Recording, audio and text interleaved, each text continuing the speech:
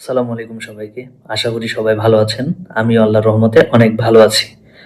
আজকে একটা টপিকস নিয়ে আলাপ করব, সেটা হচ্ছে যে মেট্রো রেল না মনোরেল? মেট্রো রেল বা মনোরেল এই টপিকসটা নিয়ে বর্তমানে সোশ্যাল মিডিয়ায় সামাজিক যোগাযোগ মাধ্যমে খুব বেশি চর্চা হচ্ছে। এখন মেট্রো রেল বা মনোরেল এই দুইটার কনসেপ্ট আগে আমাদেরকে ক্লিয়ার হতে হবে। মেট্রো রেল জিনিসটা কি?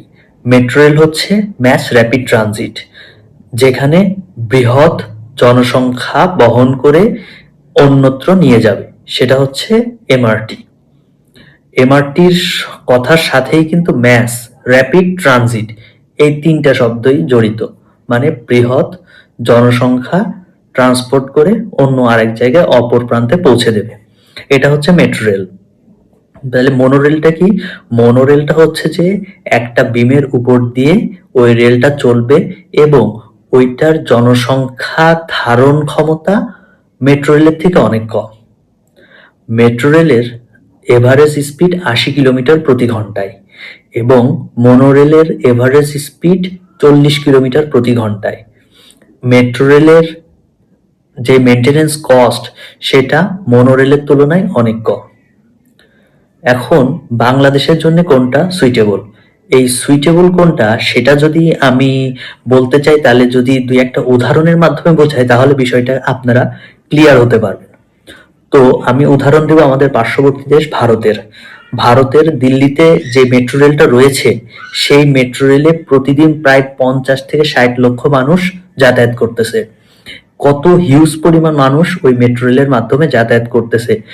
যেহেতু অনেক মানুষ ওই মেট্রো রেলের সুবিধা ভোগ করতেছে, যার কারণে কিন্তু ওই মেট্রো রেলের যে প্রজেক্টটা সেটা কিন্তু লাভজনক অবস্থানে রয়েছে এবং মেট্রো রেলের মাধ্যমে ওইখানে কিছু ক্যান্টিন করা বা কিছু দোকান বা কিছু ওইখানে কিছু বিজ্ঞাপন প্রদর্শন এসব থেকেও কিন্তু মেট্রো রেল টাকা অর্থ উপার্জন করতে পারতেছে।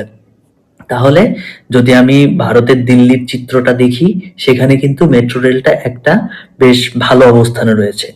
পাশাপাশি আর একটা উন্নত যে সিঙ্গাপুর, সিঙ্গাপুরে কিন্তু মেট্রো রেল এটা হচ্ছে তাদের একটা প্রধান একটা যাতায়াতের একটা মাধ্যম মেট্রো রেল, এবং ওই মেট্রো রেল ব্যবহার করে কিন্তু সিঙ্গাপুরও বেশ প্রফিটেবল অবস্থানে আছে। এখন বিশ্বের যেগুলো উন্নত বিশ্ব রয়েছে বা উন্নয়নশীল যে দেশগুলো রয়েছে, উন্নত দেশগুলো কিন্তু মনোরেল থেকে তাদের মুখ ফিরাই নিচ্ছে। কারণ কি? মনোরেল সাধারণত হিউজ পপুলেশন ক্যারি করতে পারে না। মনোরেল একটা নির্দিষ্ট করিডোর বা কোনো এয়ারপোর্ট এরিয়া এসব জায়গার জন্য মনোরেল মোটামুটি একটা সুইটেবল পর্যায়ে রয়েছে।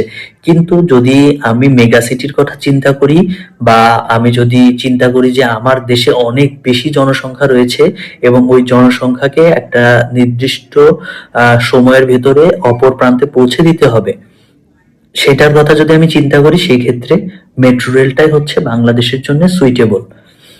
এখন মনোরেল করছিল ভারতের মুম্বাই মনোরেল করার পরে তারা ধারণা করছিল যে মনোরেল করার পরে ভারত ধারণা করছিল যে ওইখানে প্রতিদিন প্রায় ৫ থেকে ৬ লক্ষ মানুষ প্রতিদিন যাতায়াত করবে। কিন্তু বাস্তবতা কি জানেন? বাস্তবতা হচ্ছে যে মনোরেলে মাত্র দিনে গড়ে এভারেজে ১৫ থেকে ২০ হাজার মানুষ যাতায়াত করতেছে। তাহলে এই যে মনোরেল যে তৈরি করা হলো, এটার মেনটেনেন্স খরচ, পাশাপাশি যেসব কর্মকর্তা কর্মচারী রয়েছে তাদের স্যালারি এবং যাবতীয় সবকিছু মিলাই কিন্তু ওই মনোরেলের পিছনে সরকারকে ভর্তুকি দিতে হচ্ছে। তাহলে জিনিসটা কিন্তু প্রফিটেবল হলো না। ব্রাজিলেও এরকম মনোরেল করা হয়েছিল, সেটাও প্রফিটেবল হয় নাই। তাহলে আমি যদি একটা সামারি করি, তাহলে মেগা সিটি এবং যদি হিউজ পপুলেশন পূর্ণ এলাকায় যদি সহজে এবং সুন্দরভাবে যদি মানুষকে যাতায়াতের ব্যবস্থার একটা মাধ্যম হিসেবে ধরে নিই, সেটা হচ্ছে মেট্রো রেল।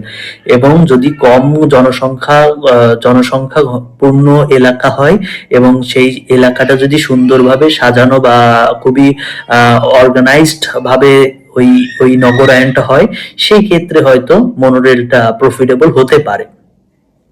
তাহলে এই মেট্রো রেল এবং মনোরেলের আলাপ আমার এই পর্যন্তই। আপনাদের কাছে কোনটা বেশি সুইটেবল বা কোনটা বেশি প্রফিটেবল মনে হয় আপনাদের মতামতটাকে কমেন্ট সেকশনে অবশ্যই জানাবেন।